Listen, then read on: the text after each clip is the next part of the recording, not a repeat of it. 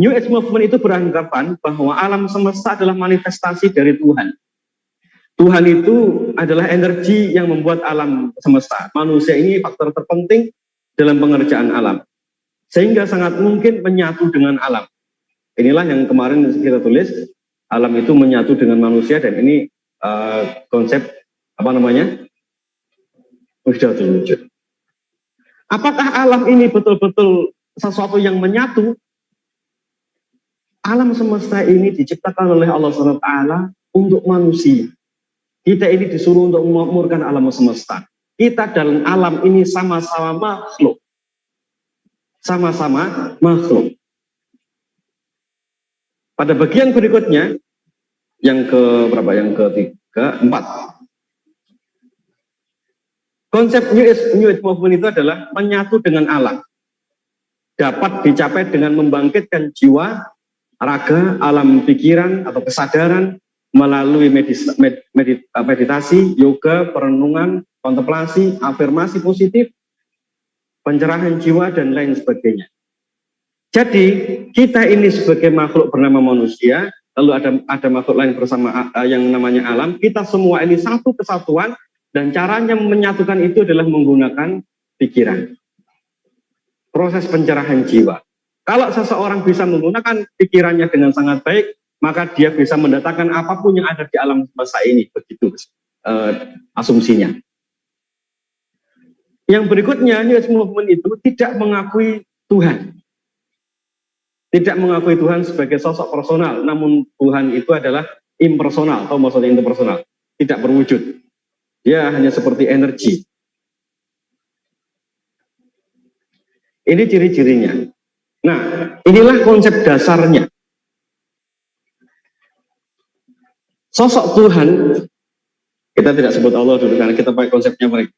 Sosok Tuhan itu dianggap sebagai tidak ada, yaitu energi saja yang mengatur alam semesta, dan kita bagian dari itu. Makanya kemudian kita bisa mempengaruhi alam, alam bisa mempengaruhi kita bisa saling mempengaruhi karena kita ada satu kesatuan yang saling terikat. Adanya paham panteis, God is all is God. Segala sesuatu itu adalah Tuhan.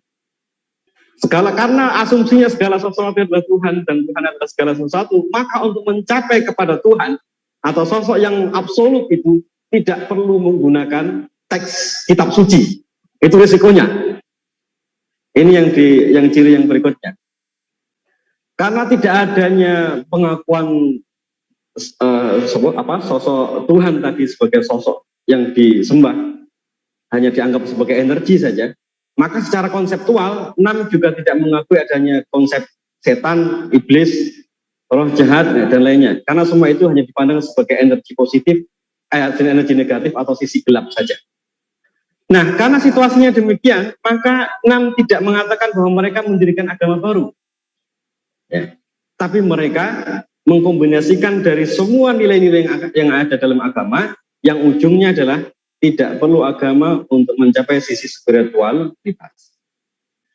6 juga meyakini konsep pencerahan jiwa yang bisa dialami oleh manusia. Kepercayaan ini mengatakan setiap manusia memiliki pengetahuan rahasia yang terkandung di alam bawah sadarnya. Karena manusia tadi bagian dari alam semesta yang menyatu, maka setiap orang punya kemampuan atau punya peluang untuk mendapatkan wahyu dalam tanda kutip. Dia bisa mendapatkan situasi pencerahan dengan meditasi, dengan pensucian jiwa yang dia lakukan, lalu dia menemukan sesuatu. Nah, teman-teman sekalian, ini sisi spiritualitas yang kita menyangka biasa saja, tapi ini aliran agama sebenarnya. Maka coba nanti teman-teman sekalian kalau ikuti pelatihan-pelatihan yang berbasis spiritual, carilah ujungnya. Carilah ujungnya. Karena sebagiannya itu muncul dari orang-orang yang mendapatkan situasi pencerahan semacam ini. Entah dengan proses meditasinya, entah dengan proses perenungannya, lalu menemukan ide-ide tertentu, lalu ditularkan menjadi sebuah produk pelatihan atau yang lain. Lalu kemudian salah satu konsep yang lainnya dalam New Age Movement itu adalah, dalam konsepnya pikiran manusia itu luar biasa, tidak ada batasnya. Salah satu implikasi dari keyakinan ini adalah manusia didorong untuk memiliki pikiran positif, seperti yang dipropagandakan oleh pelatihan-pelatihan US Movement. Jadi meyakini bahwa manusia memiliki kemampuan tanpa batas. Nah, itu yang menjadi dasar New Age Movement. Produk yang muncul setelahnya yang paling dekat dengan konsep New Age Movement tadi adalah Law of Attraction. Mari kita lihat definisi Law of Attraction dari literatur aslinya, yaitu The Secret.